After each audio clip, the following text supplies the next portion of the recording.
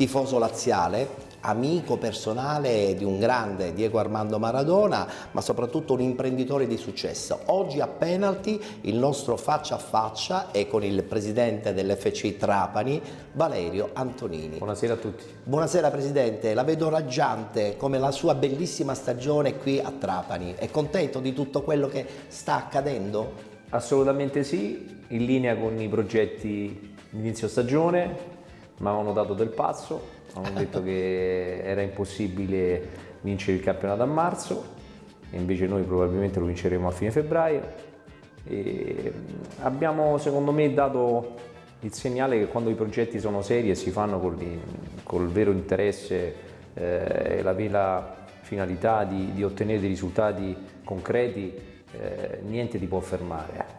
Abbiamo avuto delle circostanze certamente fortunose nelle ultime partite, soprattutto le vittorie all'ultimo minuto a Casalnuovo, la vittoria in Coppa Italia, però sono la dimostrazione che la squadra ogni partita la gioca per vincere, quindi non c'è mai un'occasione, non c'è stata mai un'occasione durante tutta la stagione in cui i giocatori non hanno dato il massimo per ottenere la vittoria. Abbiamo fatto 22 su 24 in campionato, abbiamo vinto 3 partite in Coppa Italia. Il basket, come tutti sapete, ha stabilito il record 17 vittorie consecutive, abbiamo fatto 22 su 24 anche lì. E sono tanti, eh? E sono 44 su 48, sì, sono tanti. Sono tanti. Ma la domanda che mi viene quasi spontanea, perché Trapani? Ma come ho detto tante volte è stata una circostanza legata alla mia situazione sentimentale. La mia compagna è trapanese, abbiamo 2 figli, ci sposiamo adesso il 28 giugno. E volevo fare calcio da tanti anni, poi serve trovare il giusto momento, la giusta piazza, non è mai troppo facile. Io ho deciso di investire nella San Benedettese a febbraio, grazie a Dio mi fecero notare che non ero gradito perché probabilmente c'era già un progetto in essere da parte di Masi, che era il presidente del Porto d'Ascoli. E probabilmente rimarranno un altro anno in Serie D, lo spero vivamente perché così si imparano e quindi mi vedranno a me andare in Serie C mentre loro rimarranno in Serie D. Presidente, ma quando lei è arrivato a Trapani probabilmente qualche difficoltà l'avrai pure incontrata. Qual è stata quella che ha dovuto impiegare più tempo per cercare di superarla, per raggiungere i suoi obiettivi?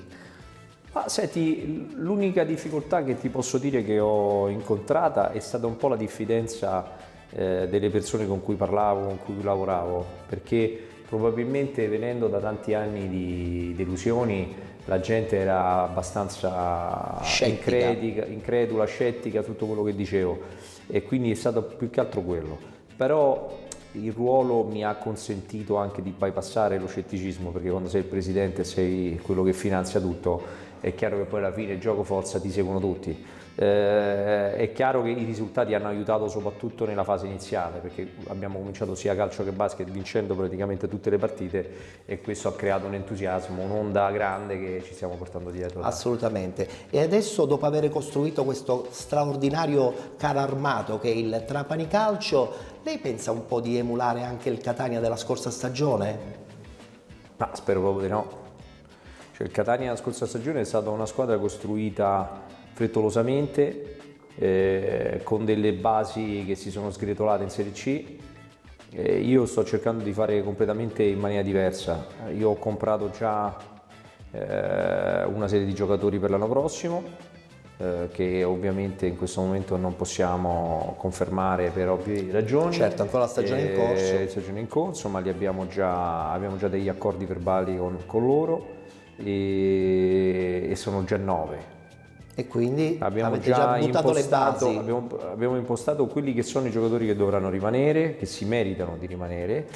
In generale io ho deciso di comprare 15-20 giocatori in più di quelli che serviranno, che saranno tutti giovani del 2005, 2006, 2007, che serviranno come asset determinante per la crescita immediata della società, che poi daremo in prestito o in Serie C o in Serie D e che diventeranno nell'arco di 1 o 2 anni portafoglio importante di crescita patrimoniale. È stata studiata tutta la storia di questo Trapani a tavolino probabilmente, no?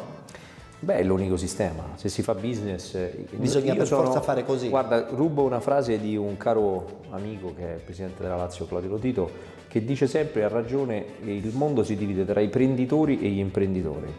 Io faccio l'imprenditore, molti fanno imprenditori, occupano ruoli che non gli competono o quando li occupano utilizzano denaro che non è loro, quindi è facile che quel denaro venga sperperato. È vero. Io ogni centesimo che spendo, loro lo sanno, è ponderato, è controllato, non mi scappa nulla, i pagamenti li seguo io, li faccio io, ma non perché non mi fido di nessuno, perché io devo tenere sotto controllo la macchina, perché la macchina funziona solo se la gestisco in questa maniera, ed ecco perché tutti i giocatori quando vanno in campo sanno che il presidente sta lì, controlla tutto, vede tutto, sente tutto e programma in funzione di come si comporta. Assolutamente. La scelta di Alfio Torrisi, dopo aver vinto anche i playoff della scorsa stagione, è stata una scelta distinto o perché effettivamente ha visto in Alfio Torrisi quelle giuste qualità e anche la mentalità di crescita insieme alla vostra società? Allora, io andai a vedere la finale dei playoff all'Ocri l'altro anno a maggio, sì, era a metà maggio, fine maggio. Metà maggio, sì. E il Trapani vinse 3-0 fuori casa, segnando 3 gol nel primo tempo, ma la cosa che mi impressionò era la maniera con cui la squadra giocò e mi resi conto che l'allenatore aveva solamente un problema che sto cercando di cambiare. Era ovviamente un allenatore impaurito da una situazione in cui si trovava prima di me, dove qualsiasi cosa faceva. Nel momento in cui lui si è fidato completamente di me e quindi noi facciamo tutto in simbiosi, Si è liberato e oggi è capace di trasmettere il mio messaggio ai giocatori in maniera perfetta. E quella è la cosa più importante. Chiaro. Quando c'è simbiosi tra l'allenatore e il presidente, la squadra ne risente in maniera positiva. Se ci fossero frizioni, è chiaro che la cosa verrebbe a cascata risentita da tutti.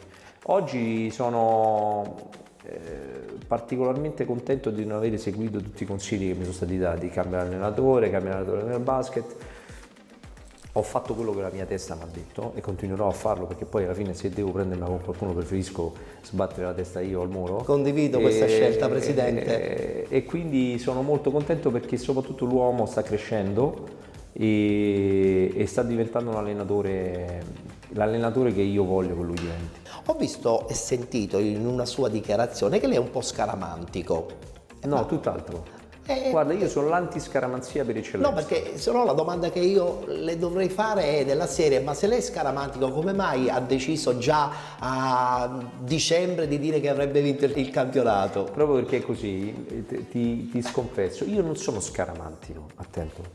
Io ho delle cose che mi danno fastidio e che non voglio vicino a me. Però fondamentalmente penso sempre che la scaramanzia faccia parte di una debolezza che io non credo di avere, non sento di avere. Sono molto determinato in quello che faccio. Alla fine, sai, nella vita c'hai due strade, lo dico sempre, o fai quello che sta lì, aspetta seduto sul fiume che gli passa l'occasione, oppure la aggredisci. Io ho sempre aggredito tutto nella vita, in maniera positiva ovviamente, cercando di ottenere risultati. Sono molto onesto, ci piace questo suo atteggiamento, Grazie. glielo dico con molta onestà. Quindi la parola investire è diventata un po' il credo anche del suo percorso qui a Trapani. Poc'anzi parlavamo dello stadio, ma un centro sportivo per il settore giovanile probabilmente potrebbe essere la giusta situazione per una crescita anche e soprattutto dell'ambiente dei ragazzi. Il problema è che bisogna avere delle tappe, non si può fare tutto insieme. Giusto. Noi abbiamo oggi fatto, credo, con dei tempi record, tutto quello che voi avete visto qui. La fase successiva è lo stadio e la terza fase sarà il centro sportivo. Bene. Ma non perché io non abbia interesse nel settore giovanile, ma investire in un centro sportivo significa oggi investire tra i 40 e i 60 milioni di euro, il che significa avere prima creato quell'indotto sufficiente a poter ripagare un indebitamento di questo tipo. Oggi una società del genere come la mia non può avere 60 milioni di euro in testa, perché per quanto io sia l'imprenditore capace di ripagare quell'investimento, diventerebbe una cosa in capo a me e non alla società. Devo creare i presupposti per cui la società diventi finanziariamente in grado di pagare un investimento come quello. Quindi parliamo di step dopo step. Assolutamente. E questa sicuramente saranno certamente funzionali ai risultati che la squadra Chiaro, otterrà, perché chiaro. un conto che rimaniamo in Serie C, un conto che se l'anno prossimo riusciamo immediatamente ad andare in Serie B, quello sarebbe il vero colpo, Certo. il colpo di teatro che io voglio. Lì sto lavorando, per quello io sto lavorando da gennaio per identificare quei 30-40 giocatori Che da possono- inserire nel mio nucleo e su cui scegliere i migliori 25 per fare il campionato. Voglio un po' cambiare argomento e chiederle cosa le piace della Sicilia, ma soprattutto cosa non le piace dei siciliani. Ma la Sicilia credo che li specchia molto il mio modo di essere, perché innanzitutto qui c'è il sole. Vero? Lei non so come la vede, ma per me il sole è qualcosa di fondamentale, è l'energia, è la vitamina D per eccellenza, e quindi io senza sole, io ho vissuto 2 anni a Londra, mi sarei suicidato. Per quanto Londra sia la capitale degli investimenti, ho lavorato, tuttora ho l'ufficio nella piazza dove vengono investiti più soldi al mondo, che è Berkeley Square, dove girano oltre 1,5 triliardi di dollari di investimenti, non biliardi, triliardi. Numeri da sogno. Eppure Londra è una città che dopo 4 giorni ti Stanca. stanca. Qui non ti stanchi, perché le distanze sono a misura d'uomo, la qualità della vita è eccezionale, i costi sono irrisori rispetto a quelli che sono i costi di una vita in una metropoli come quella. E poi la sua compagna è trapanese. La mia compagna è quindi- trapanese, i miei figli sono di fatto trapanesi, ma ho trovato un tessuto sociale che mi piace molto, perché c'è molta gente per bene, ci sono dei valori che un po' fuori dalla Sicilia si sono persi. Ma avrà incontrato sicuramente qualche siciliano che non le piace? Assolutamente sì, perché poi in tutte le cose c'è sempre il marcio. Ma sai, quello però credo che faccia parte un po' dell'indole umana, che si ascevra un po' dal territorio da dove vieni, è parte dell'invidia sociale, dell'invidia umana che c'è, e quella la percepisci a Roma, a Milano, a Napoli. È vero, quella si e in percepisce Sicilia. ovunque, è Quindi vero. non ne faccio un... Invece credo che qui ci siano, per esempio la mia compagna è una donna con dei valori familiari incredibili, con un grande rispetto della famiglia, e questa cosa per esempio noi, io avendo vissuto tanto all'estero dove invece ci sono divorzi po' in più- continuazione, Si discioglie facilmente quel in maniera feeling. quasi immediata, no? È vero, è vero, è vero. Io la ringrazio perché ho avuto Grazie a modo di voi. conoscere anche tanti lati della sua figura. Le auguro veramente un proseguo di stagione, una chiusura con tutti i successi che possono far sì Grazie che a voi per la realtà di Trapani possa l'intervista. ancora di più decollare. Grazie ancora, Presidente. grazie a tutti.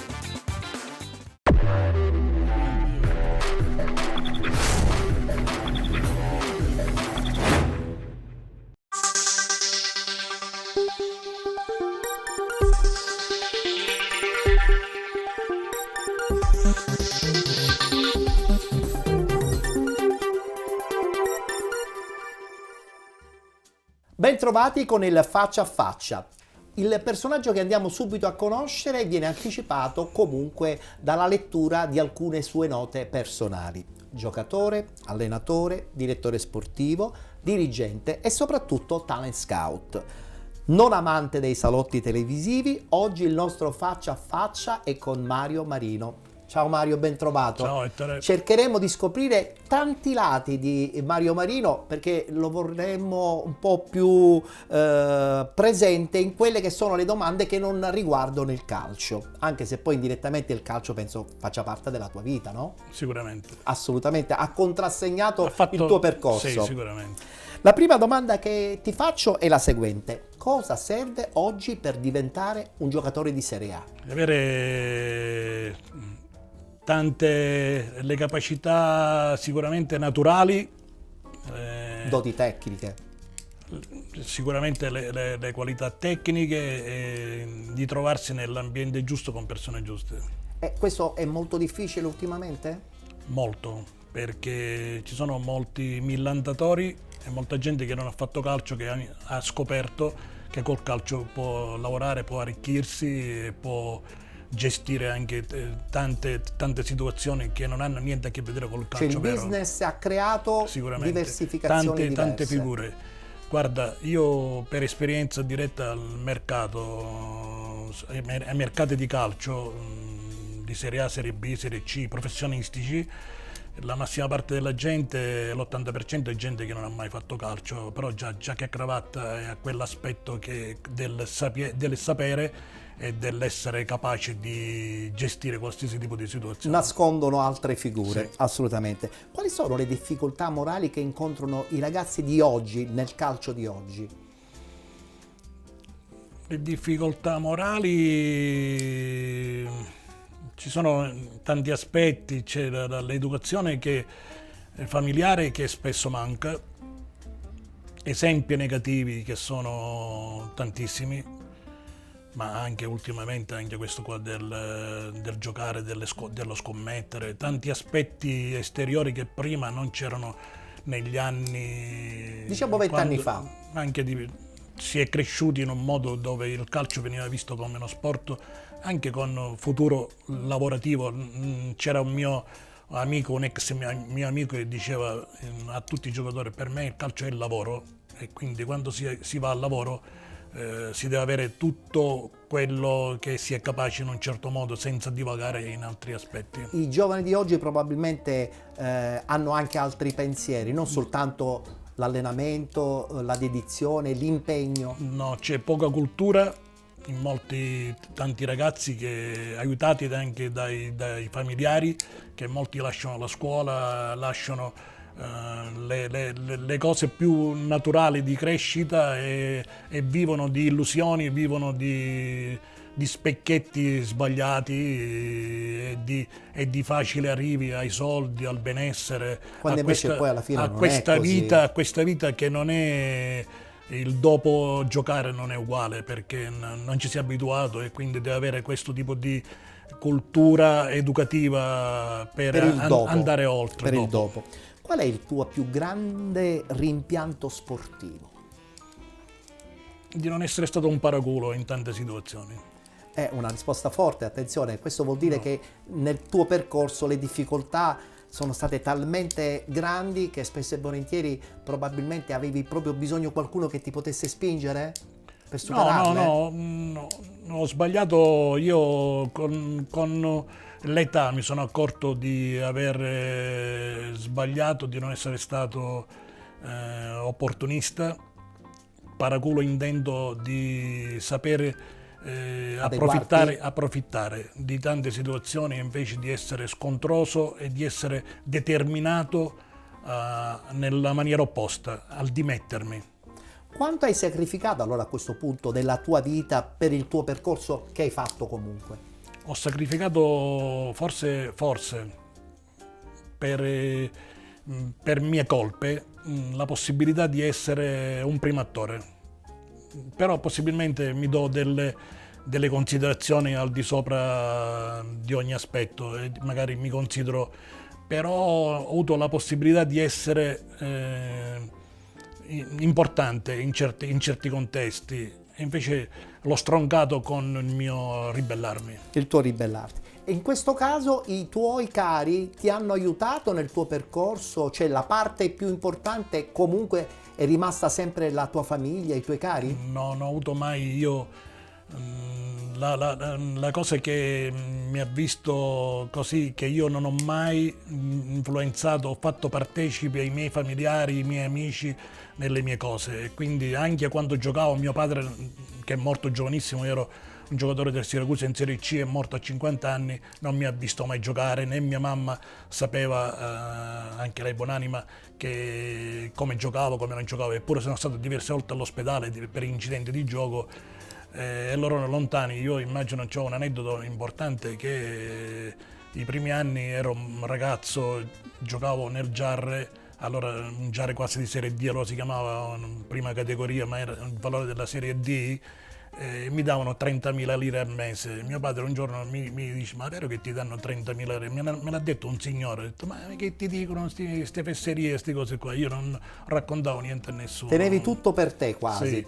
E quindi anche nelle cose, col tempo, mia moglie mi ha detto: sei stato sempre, mai così il paraculo, dovevi essere uno che doveva abbassare a certi momenti la testa. Nella valigia della tua vita, che già hai aperto raccontandoci questi aneddoti, comunque che cosa non mancherà mai? Il denaro, la famiglia, il successo, la salute o altro? Per certi aspetti io sono soddisfatto anche perché con rimpianti, però ci sono stati momenti belli, momenti tristi, ci stavo perdendo anche la salute in un momento particolare, però ho costruito tantissime cose che mi sono piaciute, magari altri un po' meno, però che oggi ne trovo un riscontro nelle persone che magari mi conoscono, come stai facendo anche tu adesso.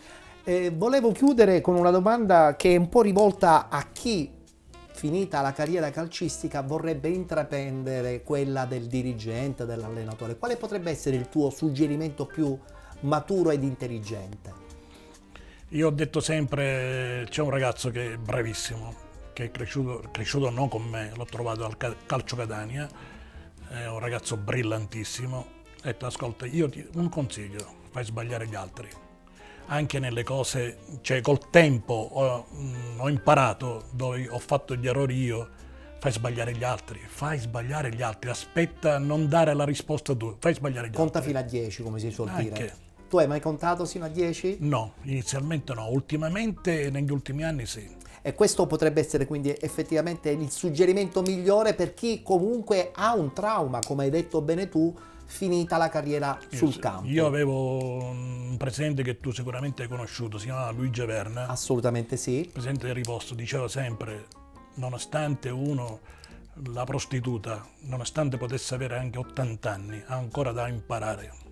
Guarda, mi viene spontanea una domanda fuori scaletta sul valore dell'amicizia. In questo caso, tu personalmente, quanto ritieni fondamentale l'amicizia nel mondo del calcio, ammesso che ci sia?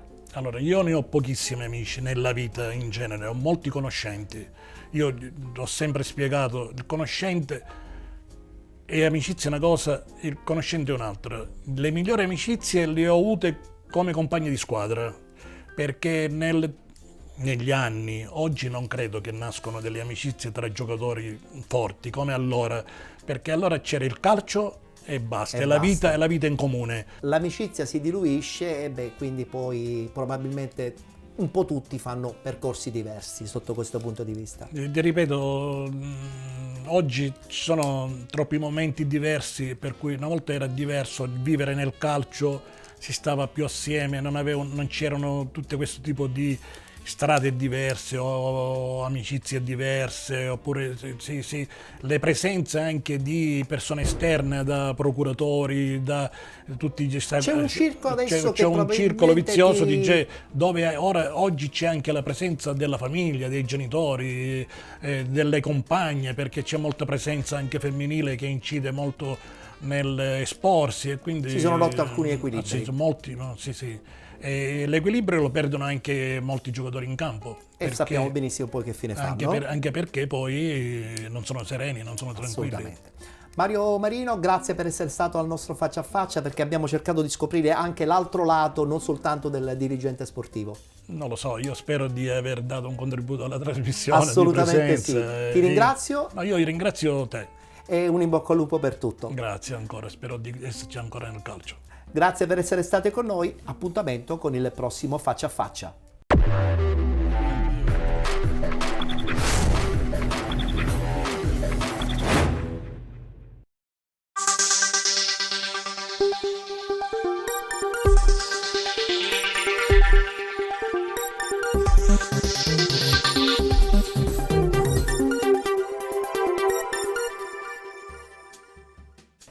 Pronti per il nostro consueto appuntamento annuale con il presidente Sandro Morgana, presidente della Federazione Italiana Gioco Calcio. Ben trovato, presidente. Buongiorno, ben trovato anche a lei, è sempre un piacere vederci, stare insieme, parlare di Parlare calcio. anche di calcio, no? Assolutamente. Allora, siamo già quasi a metà della seconda parte della stagione. Che tasso tecnico hanno espresso quest'anno le squadre dilettantistiche? Parliamo soprattutto di eccellenza, promozione e prima categoria. Che impressione le hanno Ma fatto? io credo che confermiamo gli standard della scorsa stagione.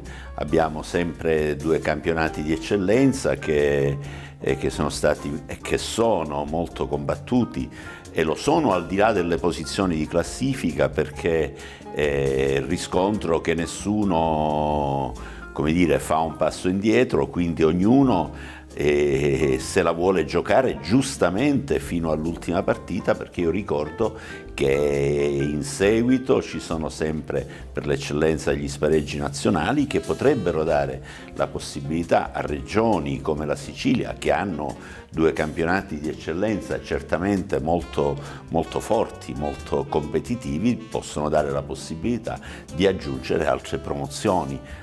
Quindi complessivamente devo dirle che sono contento per il livello tecnico, sono contento per quello che si sta facendo, e naturalmente, al netto degli episodi che destano dispiacere in tutti noi e che, se vuole, dei quali possiamo tranquillamente parlare. Anche se un po' meno rispetto allo scorso anno. Sì, è un po' meno, ma ci sono episodi un po' più gravi, cioè questa diciamo che la graduatoria nazionale non ci vede al primo posto, siamo intorno al 4° o 5° posto, ma gli episodi sotto il profilo della gravità, naturalmente secondo una stima che fa l'osservatorio dell'AIA, in Sicilia ci sono stati alcuni episodi classificati molto gravi, e quindi questo deve ulteriormente determinare in noi grande attenzione sotto tutti i punti di vista.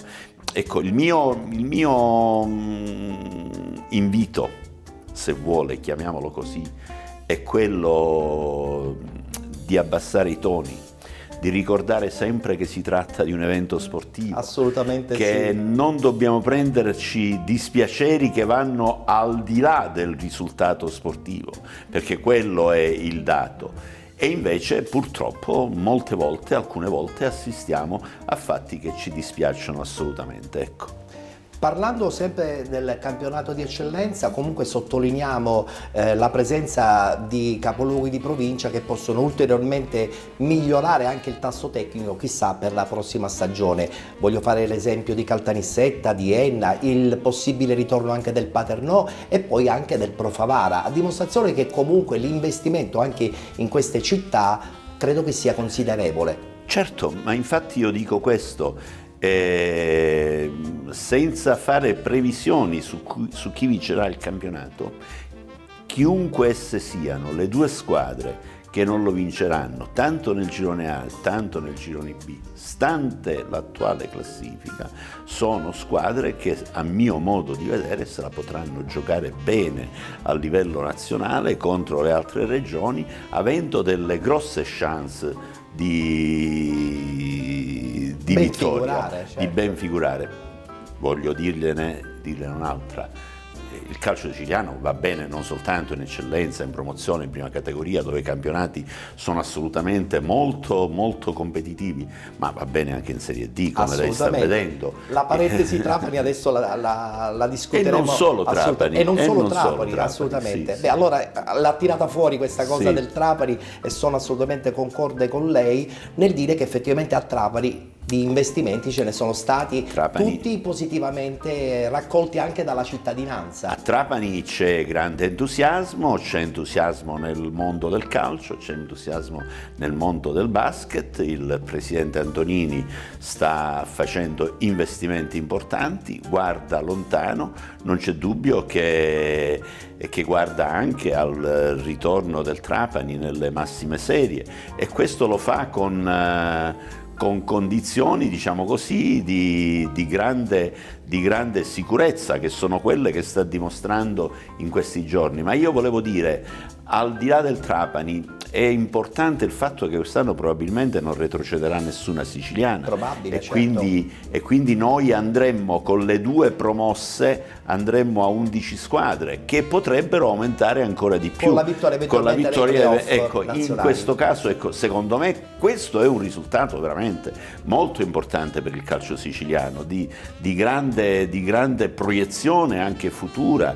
Quindi io per esempio già nel mio piccolo immagino il prossimo anno un campionato Under 19 riservato, con gare di andata e ritorno, riservato alle sole squadre che hanno fatto che faranno il campionato di Serie D la prossima stagione, certo. cioè senza fare, diciamo così, la partecipazione ai campionati provinciali con le altre società, cioè riservare un loro spazio. Credo che il numero ci consenta. Il tasso tecnico aumenterebbe, soprattutto nel settore giovanile. Non c'è dubbio. Ritornando al discorso del Trapani, mi viene spontaneo pensare che mannaggia quest'anno il Siracusa si è trovato sul suo percorso comunque questa squadra forte del Trapani, un Siracusa che comunque ha anche investito e che merita grande rispetto. Assolutamente, che merita grande rispetto, che ha fatto grandi investimenti, che rappresenta una città molto importante, una dirigenza abbastanza ormai qualificata, quindi certamente, ma vede, in Serie D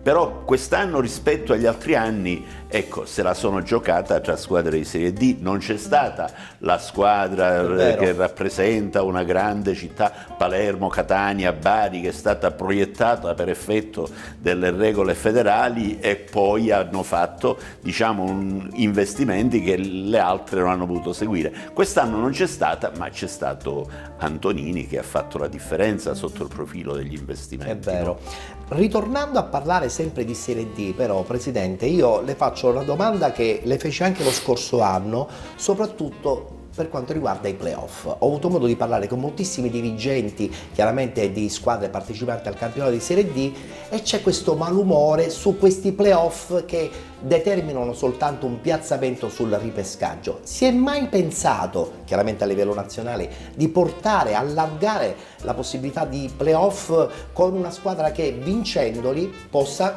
passare di categoria? Ecco, io diciamo che è un argomento che si affronta spesso, io affronto spesso con le società, con tutti quelli che me lo chiedono. Ad oggi noi abbiamo questa condizione che dalla Serie C ne retrocedono 9 e 9 ne debbono salire, non ci sono altri spazi. D'altra parte, se lei ha seguito le questioni riguardanti la Serie A, la Serie B, si renderà conto che quando lei chiede di aumentare il numero delle retrocessioni ci sono, ecco, la Serie A per esempio è ferma sul fatto che non vogliono scendere al di sotto delle 20 squadre, mentre invece noi riteniamo che probabilmente sarebbe giusto farlo. La stessa cosa per la Serie B. La Serie C è un campionato che ha grandi difficoltà sotto certi punti di vista, però quando noi parliamo della Serie D, che è il primo campionato dei dilettanti, non possiamo farlo senza tenere conto di quella che è la prospettiva di chi sta immediatamente sopra di noi, che è la Serie C. Quindi se noi dobbiamo ragionare di un fatto che riguarda evidentemente, come è giusto che sia, anche la possibilità che tutte le vincenti ai playoff fanno un loro piccolo torneo per portarne una, questo va fatto con la Serie C, va fatto in sede federale, perché non può essere solo il ragionamento della Serie D, ma è un ragionamento più ampio. Femminile, perché ogni volta che io parlo di femminile lei giustamente luccicano gli occhi, e siamo contenti perché quest'anno 2 gironi con più squadre, ancora un'ulteriore crescita del movimento. Noi siamo a 12 squadre, stiamo tenendo bene il passo,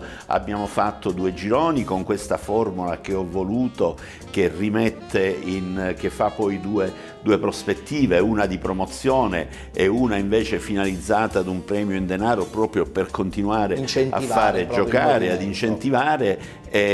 La prima, evidentemente, le prime 6 che adesso si stanno giocando, diciamo, la possibilità di andare al campionato di Serie C, e ci tengono in molte, stanno facendo un bel campionato, ma la cosa importante non è soltanto il campionato di eccellenza, la cosa importante è che siamo presenti in tutte le attività giovanili, l'Under 19, l'Under 17, l'Under 15, l'Under 12, ci sono società che ci stanno dando una grande spinta perché ci credono veramente, il Palermo, il Catania, la GSL di Brovolo, la squadra di Marsala, cioè Siracusa, sono tutte società che stanno facendo quello che è giusto fare, cioè il collegamento con una prima squadra maschile, e quindi questo Da esempio anche per esatto. nuove realtà che vogliono crescere. E i progetti del comitato regionale, Ragazze con i Tacchetti, quest'anno sta vedendo la partecipazione di tante scuole calcio, quindi è veramente molto,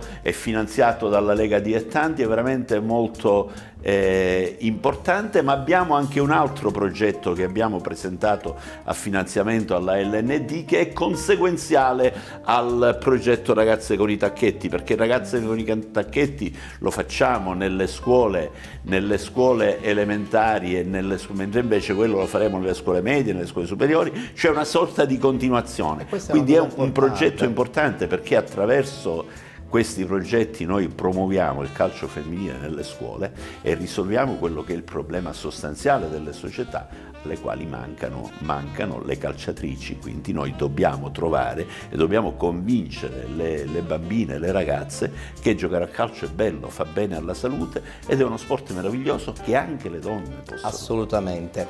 Under 15, Under 17, Under 19 pronti per partire in Liguria per il torneo importante delle regioni, un torneo molto ambito da tutta Italia. Tornare a casa con una bella vittoria sarebbe certamente una bella cosa. Una bella cosa, noi siamo, come dire, ci stiamo preparando molto bene, abbiamo un po' rinnovato nel calcio a 11 il quadro dei nostri tecnici. Ho dato questo incarico di coordinatore tecnico di tutte e 4 le rappresentative di calcio 11, perché c'è pure la rappresentativa di calcio femminile. Certo. Ho dato questo incarico a Pierpaolo Alderisi, che oltre ad essere persona a me vicina, perché è ovvio che quando uno dà un incarico di questo genere c'è un rapporto fiduciario, c'è un rapporto di amicalità, altrimenti non si dà. Di reciproca fiducia. Poi se me lo consente, assolutamente sì, poi su Pierpaolo anche di affetto personale, quindi con Pierpaolo abbiamo un po' ricostituito i gruppi tecnici delle altre rappresentative, abbiamo confermato Daniele Di Salvo nella rappresentativa Under 15, Antonia Giammanco in quella femminile, abbiamo preso Mancano, un nuovo allenatore nell'Under 17, abbiamo affidato allo stesso Alderisi il compito di guidare l'Under 19, devo dirle che io le ho viste tutte e 4.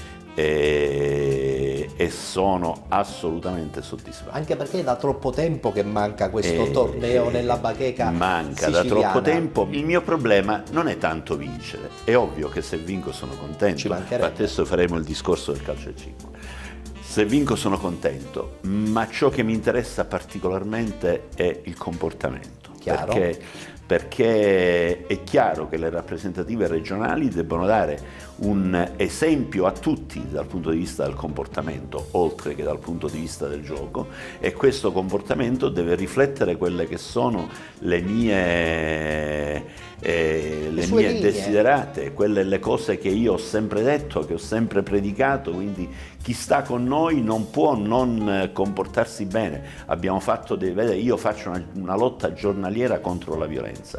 È chiaro che chi si comporta male nelle proprie squadre non può venire in rappresentativa, viene messo fuori e deve fare capire ai propri compagni, e tutti devono vedere che non viene in rappresentativa perché si è comportato male. Giusto. Quindi questo è anche un piccolo segnale che cerchiamo di dare a tutti, quindi voglio dire, al netto di questo sono contento. Poi il torneo è un torneo difficile, dove ci sono tante regioni attrezzate, preparate, ma ne potrei fare il Piemonte, la Lombardia, il Veneto, l'Emilia Romagna, la Toscana, il Lazio, la Campania, la Sicilia, la Puglia, la Sardegna, cioè tutte squadre, le Marche che vogliono assolutamente vincere. E ci sono poi anche gli outsider, certo. Quindi è chiaro che noi andiamo preparati, che siamo la Sicilia, che io dico sempre devono essere loro a temere noi. Se facciamo risultato sono contento,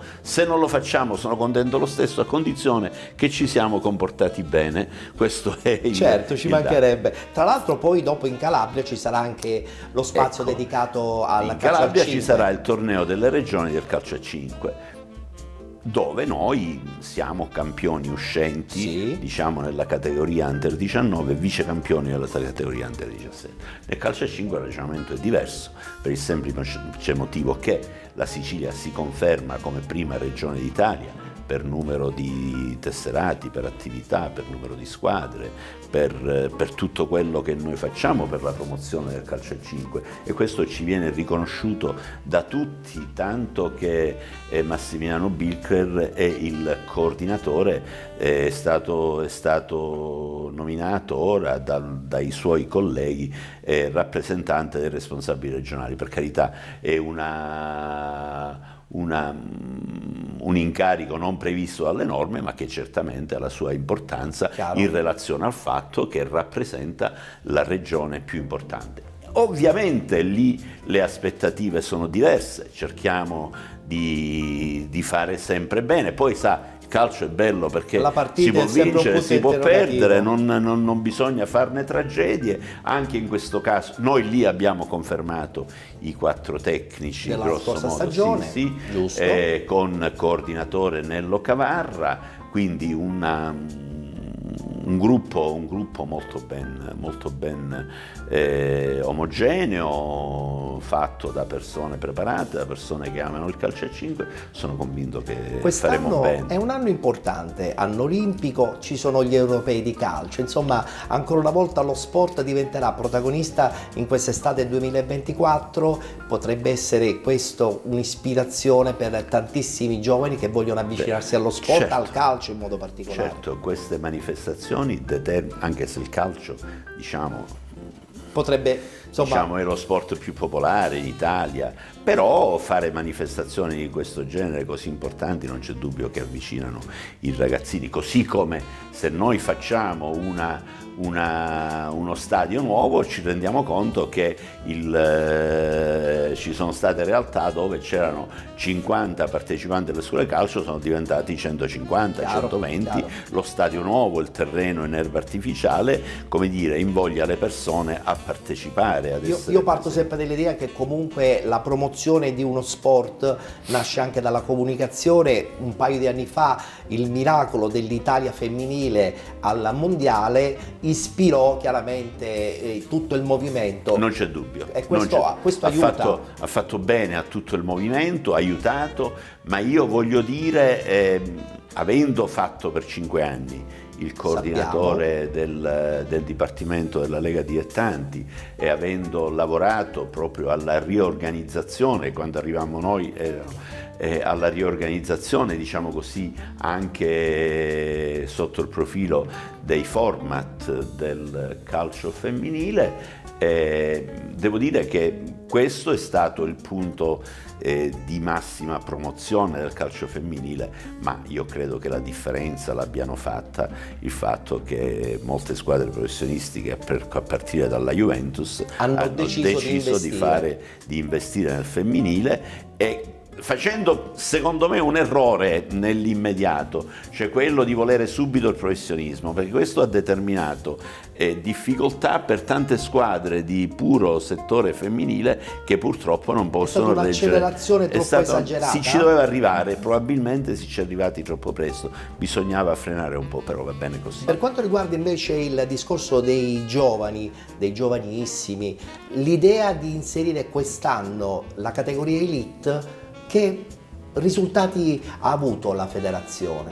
Guardi, secondo me abbiamo fatto un investimento importantissimo, perché sono 2 campionati che ci stanno dando grande soddisfazione, tanto nell'Under 17 quanto nell'Under 15. Abbiamo fatto qualità, abbiamo preso le migliori società, abbiamo determinato un processo di promozione e retrocessione con le categorie regionali. E questo serve da stimolo. Serve da stimolo, e dalle categorie regionali alle categorie provinciali, quindi non ne sono tornei che diventano campionati in tutti i sensi, e il risultato che sto vedendo è di grande partecipazione. come dire, questi due campionati erano iniziati un po' con qualche fibrillazione di troppo, abbiamo incontrato le società, abbiamo parlato, ci siamo confrontati, mi pare di poter dire tranquillamente che si è rientrati in un contesto. Quindi soddisfatti tutti, non Sì, soltanto la federazione, ma anche e soprattutto le sì, società sì. che hanno visto Sì, un'ulteriore sì. qualità. E poi c'è come lei può ben comprendere, dalla Elite retrocederanno dai 2 gironi 6 squadre, quindi 6 ne saranno promosse, le 4 vincenti 4 gironi del regionale più le 2 vincenti playoff, quindi andranno 6, saranno promosse, 6 retrocedono. Sono stimoli quindi che per i ragazzi servono, fanno bene, tra l'altro noi faremo una fase finale della categoria Elite che farà incontrare la prima del girone A contro la seconda del girone B e viceversa, e le vincenti di questi 2 spareggi faranno una finale regionale. Quindi una bella soddisfazione, chiaramente. Sì. Ci avviciniamo verso il torneo delle regioni, ma ci avviciniamo verso Pasqua, e poi queste manifestazioni importantissime serviranno certamente per alimentare ancora di più la voglia di giocare in un bel campo, soprattutto. Allora, l'auspicio è, secondo me, che innanzitutto dobbiamo giocare un bel calcio, e quando diciamo che dobbiamo giocare un bel calcio significa un calcio che sia scevro da violenze di tutti i tipi e di tutti i generi. Io voglio cogliere l'occasione per fare un augurio di buona Pasqua a tutto il sistema, ai dirigenti, ai calciatori, agli allenatori, soprattutto agli arbitri, perché io credo nel fatto che l'AIA stia lavorando molto bene, che naturalmente abbiamo bisogno di tempo perché il Covid ci ha devastati a tutti, abbiamo bisogno di tempo, abbiamo bisogno di recuperare anche tante vocazioni che sono andate perdute, abbiamo bisogno di aiutare questi ragazzi. Io da tante parti rilevo sempre con gli arbitraggi ovviamente lamentele eccetera eccetera, io dico a tutti che bisogna avere fiducia e pazienza, dobbiamo dare fiducia, dobbiamo tenere i toni molto bassi perché elevarli non serve a nulla. Questo riguarda tutti, Chiaro. Riguarda tutti. Chiaro. Perché sai, io faccio giornalmente tanti sacrifici per mantenere il sistema in equilibrio, per fare in modo che tutto vada nel modo giusto, però è evidente che mi rendo conto che ci sono sempre delle dinamiche che possono sfuggire al controllo, e quindi per fare sì che questo avvenga è necessario che tutti entriamo in questa dimensione di serenità, di tranquillità, e di capire che poi alla fine, sì è vero, si fanno investimenti, si spendono soldi, però è sempre uno sport. È sempre uno sport. Allora, un in bocca al lupo per il torneo delle regioni, un buon proseguo di fine stagione. Evviva il lupo, evviva il lupo. Evviva il lupo, e poi Grazie. chiaramente l'aspettiamo per il grande evento dei Penalty Awards, il grande evento del calcio Il dilettantistica. 19 naturalmente farò di tutto per esserci, anche se poi ormai mi sto rendendo conto che ogni mese ha le sue caratteristiche. Certo. Giugno siamo, però Speriamo, incrociamo le dita. il 19 a Caltanissetta non posso non esserci. Grazie Presidente. Grazie a lei, grazie sempre.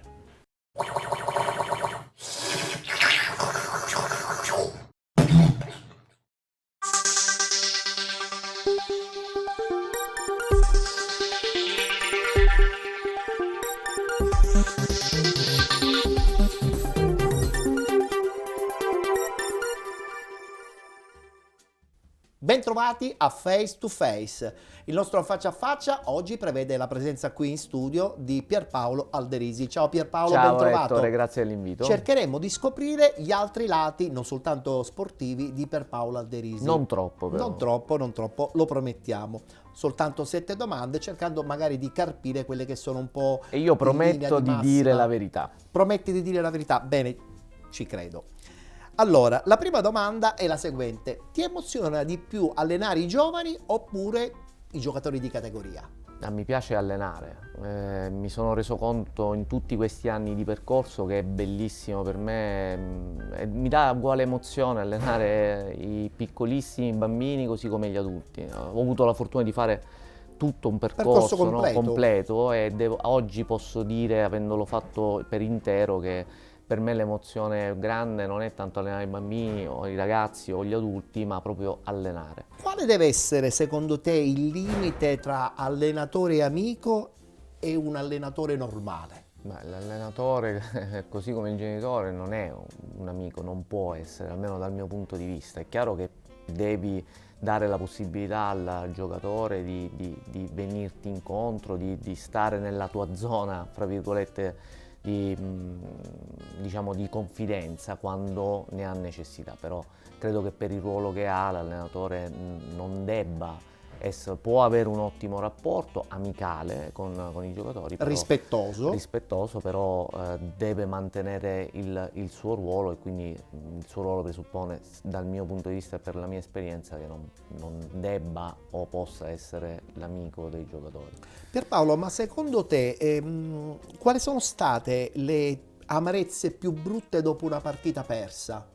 E se ci sono state, e sicuramente ci saranno state, le amarezze più belle invece dopo una bella partita vinta? Ma diciamo, perdere non è mai ovviamente piacevole. Quando mi è capitato, dico, ho perso tante partite, ne ho vinte tante, insomma, quindi posso rispondere con piena convinzione che il rammarico più grande è quando magari perdi una partita e non lo avresti meritato per quanto la squadra ha espresso durante la stessa, ecco, quindi questo è il rammarico più grande. Poi amarezze quando si vince, devo dire che ce ne sono davvero poche, perché poi la vittoria nasconde e cela tantissime cose anche negative, quindi quando si vince intanto hai quella sensazione positiva, insomma, di aver ottenuto qualcosa di bello e te la trascini. Ma tutto questo per qualche ora. si riflette magari con le persone più care, no? Purtroppo sì, in senso positivo quando si vince, ma anche purtroppo in senso negativo. È qualcosa che ti scrolli di dosso dopo qualche giorno, ecco, almeno per quello che mi riguarda. Poi è chiaro che, essendo di natura un ottimista, anche quando le cose non vanno bene cerco di guardare sempre il bicchiere mezzo pieno, perché credo che anche questo sia una delle caratteristiche che un allenatore deve avere, quello di dare visione e positività e prospettive positive anche ai propri giocatori. Però certo è complicato e capita spesso, insomma, anche che una partita persa te la porti anche a casa. Fortunatamente con l'esperienza ho imparato anche a cercare a scindere. Se posso sì, ma comunque ad accorciare quei tempi per metabolizzare una sconfitta, non portarla troppo in là nei giorni, e in questo, diciamo, stiamo diventando bravi, ma ancora siamo in cammino. Senti, un fatto scaramantico può diventare poi però per un allenatore una cosa di abitudine? Ecco, E poi, insomma, tu ne hai qualcuno? Ma tendenzialmente, essendo diciamo di sangue anche partenopeo, quindi qualche nota di scaramanzia l'ho portata avanti, no, negli anni. Poi ho cercato di liberarmene, perché mi rendevo conto, insomma, che non erano cose, non ho un particolare gesto di scaramanzia, ma prima di ogni gara bacio il crocifisso che mi regalò mio padre prima di andarsene, ma quella, più che una scaramanzia, è un modo di sentirmi ancora vicino a lui. Schemi, passaggio corto, passaggio lungo, sovrapposizione, marcamento a zona, marcamento a uomo. Ma Pierpaolo, ma secondo te tutto questo serve per giocare a pallone? Allora, è chiaro che sono dettami che rendono il gioco più organizzato e più evoluto. Poi, per quello sempre che è la mia esperienza, bisogna anche che si lasci il talento libero di esprimersi. Un buon allenatore, dico sempre, soprattutto a livello di settore giovanile, è quello che fa meno danni possibili, e li fa soprattutto con i ragazzi che dimostrano di avere un talento innato, ecco, per questo gioco. Poi è chiaro che uno dei compiti dell'allenatore è quello di organizzare il gioco della propria squadra, ma ovviamente l'organizzazione del gioco della propria squadra non deve diventare, fra virgolette, una prigione per i calciatori. Cioè non ingabbi ma i deve tuoi essere, giocatori. no, deve essere qualcosa che i calciatori percepiscono come un potenziamento delle proprie abilità e che li aiuta a esprimere ancora meglio le proprie abilità. Non è sempre facile che questo avvenga, però questo è quello in cui credo come allenatore rispetto a quello che tu mi chiedi. Certo. Nel tuo percorso sia da calciatore che da allenatore, hai mai avuto un riferimento, un amico con il quale magari ancora tuttora ti confronti? No, il mio devo dire, è stato un percorso un po', fra virgolette, solitario, no? Un percorso di formazione solitario, anche perché non mi piace, ecco, diciamo, mischiare l'attività lavorativa con quello che è la mia vita privata, e quindi anche i miei amici, che peraltro sono i miei migliori amici, anche ragazzi con cui sono cresciuto anche giocando peraltro a calcio, però preferisco con loro parlare di tutt'altro. Riesci a scindere? Perché, sì, voglio scindere, perché insomma poi diventa, mi rendo conto che la passione è talmente tanta che poi diventa quasi una malattia, e con le amicizie, con la famiglia, con i figli, insomma è bene tenere un po' fuori queste cose e godersi il momento. Ci riesci? La consapevolezza è che ci provo, a volte ci riesco, a volte no, però almeno so che ci devo provare, e già questo mi mette a posto con la mia coscienza. Senti, quante persone hanno permesso, insomma, di realizzare i tuoi sogni? Ma credo innanzitutto ovviamente i miei genitori, mio padre e mia madre, che mi hanno sempre lasciato libero di esprimere le mie potenzialità fin da quando ero piccolo. Poi c'è chiaramente la persona che tuttora mi ha aiutato in tanti modi diversi a realizzare, insomma, quello che è il mio percorso professionale. Assolutamente mia moglie, che da questo punto di vista è una vera e propria santa, ha una pazienza incredibile, mi lascia che io abbia tutti gli spazi che per fare questo genere di attività nel mondo del calcio sono purtroppo necessari.